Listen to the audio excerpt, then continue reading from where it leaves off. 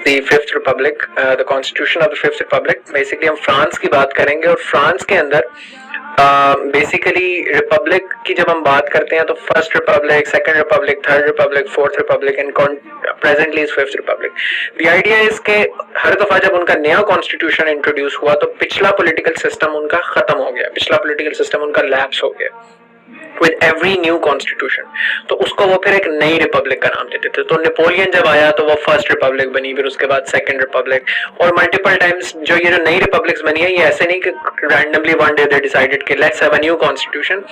काफी political turmoils and there were lot of political upheavals, और उसकी वजह से फिर उन्होंने जरूरत महसूस की कि पिछले पॉलिटिकल सिस्टम को खत्म करके एक नया पूरा का पूरा नया आइन लेकर आया जाए, पिछला वाला स्क्रैप, कंप्लीटली न्यू कॉन्स्टिट्यूशन, और तब से फिर नया रिपब्लिक का वो तस्वुर करते हैं। तो अभी जो फ्रांस का सियासी निज़ाम चल रहा है वो उनका फिफ्थ रिपब्लिक कंसिडर होती है, और ये स्टार्ट हुआ था जब उनका कॉन्स्टिट्यूशन फिफ्थ रिपब्लिक का ऑपरेटिव हुआ October 4, 1958 में, and Charles de Gaulle became its first president. Charles de Gaulle basically उनका एक वेटरन मिलिट्री जनरल था जिसको जब फोर्थ रिपब्लिक में बहुत ज्यादा पॉलिटिकल क्राइसिस डेवलप हुए। आपको याद होगा कि पाकिस्तान के अंदर 90s में जिसने म्यूजिकल चेयर ऑफ डेमोक्रेसी था कि एक की 2 साल हुकूमत, फिर दूसरे की 2 साल, फिर एक की 2 साल, फिर 2 साल हुकूमत तो गिरती रहती थी, कभी किसी ने किसकी गवर्नमेंट को डिसमिस कर दिया, कभी आपस में लेग पुलिंग चल रही है, तो गवर्नमेंट स्टेबल नहीं थी। तो फोर्थ रिपब्लिक फ्रांस में इसी तरीके से था कि वो स्टेबल नहीं थी, मल्टीपल टाइम्स 12 सालों में गालिबन 21 गवर्नमेंट्स चेंज हुई उनकी। सो 21 governments were changed in 12 years. तो उसके बाद उन्होंने कहा कि बस हमें एक नए सियासी निजाम की जरूरत है। They invited Charles de Gaulle और उसने इलेक्शन कंटेस्ट किया, बिकेम द फर्स्ट प्रेसिडेंट, और माइकल डिब्री ने इसका ड्राफ्ट तैयार किया इस कॉन्स्टिट्यूशन का। इसका मकसद ये था कि कॉन्स्टिट्यूशनल इंस्टेबिलिटी को खत्म किया जाए, और उन्होंने एक सेमी प्रेसिडेंशियल सिस्टम इंट्रोड्यूस करवाया जिसके अंदर स्ट्रॉन्ग और स्टेबल एग्जीक्यूटिव था। As we go along with this lecture, I'll explain the rationale for different things as well. Very simple thing. सबसे पहले कि it's a written and codified constitution. There are total 89 articles. Originally there were 92 articles, लेकिन Algerian independence के साथ 3 articles निकल गए क्योंकि वो 3 articles Algeria से relate करते थे। Algeria basically was a colony, North African colony of France, जिसने इंडिपेंडेंस हासिल की। तो उसके बाद से ये इसका 3 आर्टिकल्स कम हो गए हैं, presently 89। It's not considered a very well written constitution according to some experts because it was drafted in a hurry amidst Algerian crisis and political instability. It is a rigid constitution. Rigidity का आपको idea याद होगा, हमने पूरा discuss किया था कि rigidity क्या होती है। Rigidity ये होती है कि कॉन्स्टिट्यूशन को अमेंड करना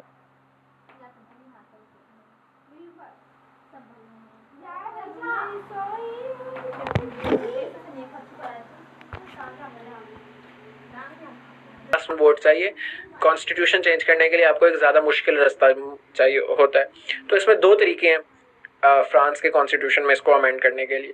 पहला तरीका जो है वो ये है कि पार्लियामेंट अमेंडमेंट करे, पार्लियामेंट अमेंडमेंट मूव करे, या गवर्नमेंट से मुराद cabinet,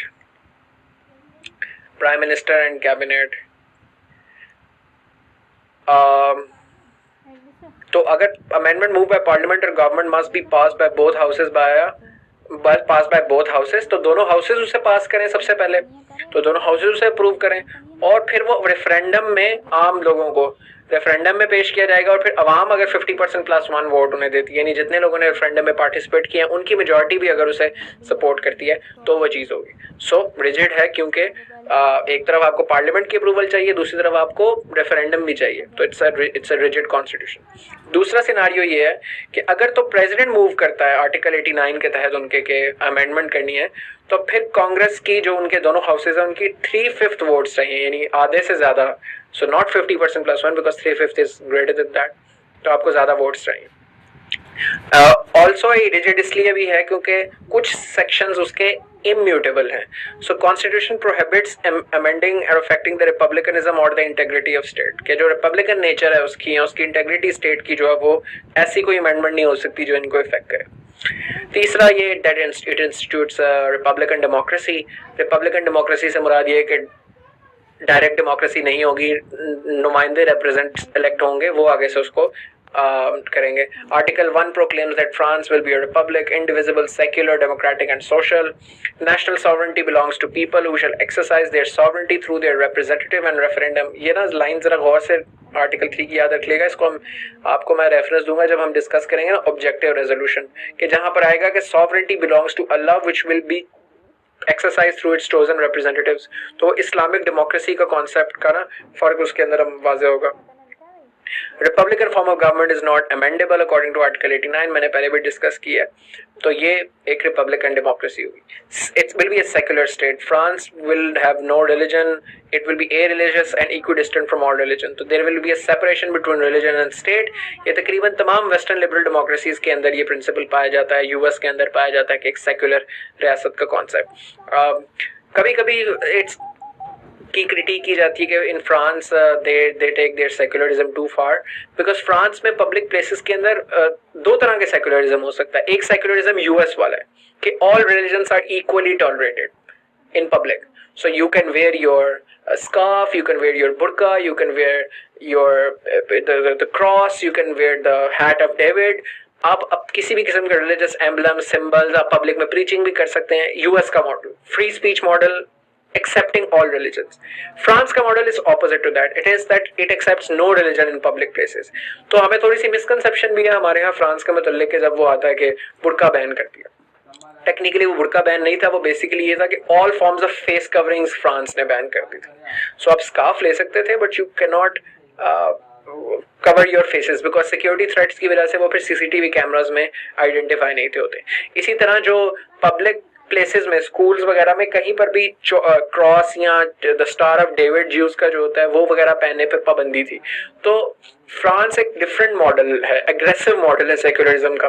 while US model is के all religions will be equally tolerated, French model is secularism is no religion will be tolerated in public spaces. Public private spaces में तो obviously हर कोई कर सकता है, but in public spaces religious symbols like schools वगैरह इन जगहों पे और या रिलीजियस टीचिंग वगैरह वो नहीं करते. Then the idea of civil and political rights. France में ये चीज बड़ी अहम है. और declaration of rights of man end of citizens of 1789, ये दिस वाज बेसिकली जिस तरह अमेरिकन डिक्लेरेशन ऑफ इंडिपेंडेंस था, फ्रेंच रेवोल्यूशन के दौरान ये डिक्लेरेशन उन्होंने किया. This was drafted in consultation with Thomas Jefferson, क्योंकि इससे 10 साल पहले अमेरिका में अमेरिकन रेवोल्यूशन आई थी, 10 साल बाद फ्रेंच रेवोल्यूशन आई. अमेरिकन रेवोल्यूशन में फ्रांस ने सपोर्ट किया अमेरिका को, फाउंडिंग फादर्स को. तो जब फ्रेंच रेवोल्यूशन आई तो जो रेवोल्यूशनरीज थे उनको फिर इन्होंने सपोर्ट किया. Thomas Jefferson was directly involved in drafting this, helping out in drafting this. And Thomas Jefferson ने खुद डिक्लेरेशन ऑफ इंडिपेंडेंस यूएस के अमेरिकन रेवोल्यूशन में भी ड्राफ्ट किया. इसमें basically this set out their ideas about liberty, about freedom, about political rights, because वो एक monarchy king Louis 13 के खिलाफ फ्रेंच रेवोल्यूशन लेकर आए थे. और French revolution is one of the most famous events of the history. इसमें बहुत मूवीज भी हैं, बहुत ज्यादा. It's a very famous movie that I'm forgetting on French Revolution. It's a musical. I forgot the name. But French Revolution पे आप कोई YouTube पे वीडियो देख लें, just go out on YouTube and type French Revolution explained, तो आपको थोड़ा idea हो जाएगा कि what French Revolution was. तो उसके एंड पे फिर ये ड्राफ्ट की गई थी. And there are 3 principles that are liberty, equality and fraternity. This is in French. Article 2 कि ये बेसिकली 3 प्रिंसिपल्स हैं जिसके ऊपर फ्रांस की रिपब्लिक खड़ी है. On civil and political rights वो डिफेंड होते हैं, जिसके कॉन्स्टिट्यूशन में आर्टिकल 4 में हमें उसकी मैनिफेस्टेशन नजर आती है. That suffrage which is that right to vote must be universal, equal and secret. France has a bicameral legislature, which is anomaly because France is a unitary state. Unitary states generally don't have or require bicameral legislatures because center से सब कुछ control करना है. तो administrative units की representation senate में, upper house में ना भी हो तो कोई फर्क नहीं पड़ता. मगर फ्रांस एक anomaly है कि despite being a unitary state it has bicameral legislature. या आप अपने यूनिटरी स्टेट्स और फेडरल स्टेट्स की जब हम बात कर रहे थे बाइकेमरल पोल 7 में, तो उधर एग्जांपल भी डाल सकते हैं anomaly की. तो उनका जो लोअर हाउस है वो उनकी नेशनल असेंबली है और नेशनल असेंबली में डायरेक्टली इलेक्टेड रिप्रेजेंटेटिव्स हैं, ये उनका लोअर हाउस है, इसमें 577 सीट्स हैं जिन्हें वो डेप्यूटीज कहते हैं, जैसे हम MNA कहते हैं मेंबर नेशनल असेंबली, तो वो डेप्यूटी कहते हैं. दे have a 2 round system. They have a 2 round system. Don't, this AC is for me, don't write it in your notes. This is animation Q. Where is the animation? Yeah. So a 2 round system looks like this. कि round 1 में पहले election होगा, ये 5 candidates contest किए. So I voted for John citizen, आपने जो Smith को किया, किसी ने जेन डो को किया. Eventually after the end of elections Jane Doe and Mary Hill, these 2 people got the highest votes. मतलब इसको 20% मिले, इसको 15% मिले, इसको भी 15% मिले, 50, इसको 25 और इसको 25, यानी हाईएस्ट जो इन सब में वोट्स थे वो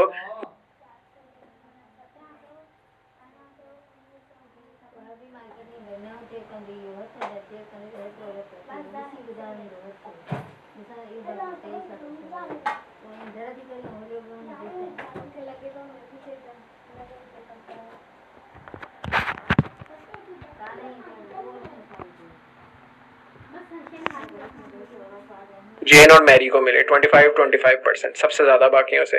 तो फिर अगले दफा दोबारा इलेक्शन होगा और उसमें जो हाईएस्ट 2 कैंडिडेट्स थे सिर्फ उन्हीं का बीच होगा, और मैं फिर दोबारा वोट देने जाऊंगा और फिर उनमें से किसी को, इन दोनों में से फिर मैंने बाद में मैरी हिल को दिया, और फिर जो ज्यादा इन दोनों में से वोट लेगा वो जीतेगा.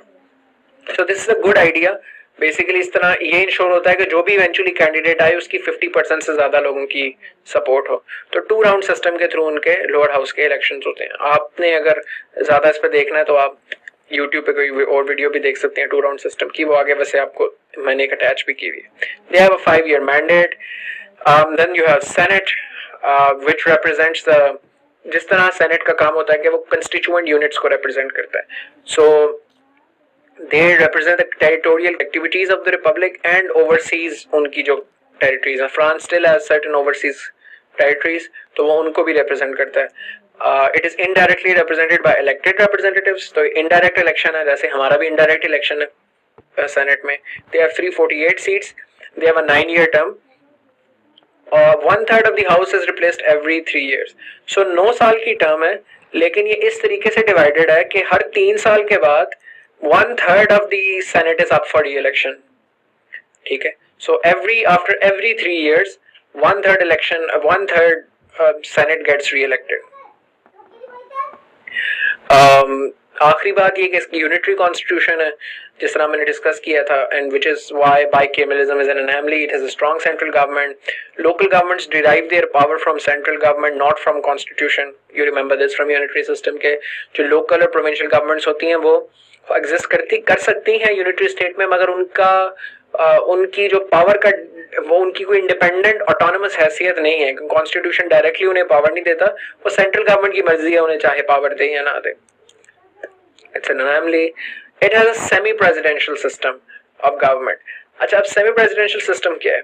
क्योंकि इसमें दोनों है. यहाँ पर एक प्रेसिडेंट भी एग्जिस्ट कर रहा है, प्राइम मिनिस्टर भी एग्जिस्ट कर रहा है, which is fine. Parliamentary democracies के अंदर प्रेसिडेंट एग्जिस्ट कर सकता है और उसकी नॉमिनल पावर्स होती हैं, इंडिया, पाकिस्तान फॉर इंस्टेंस.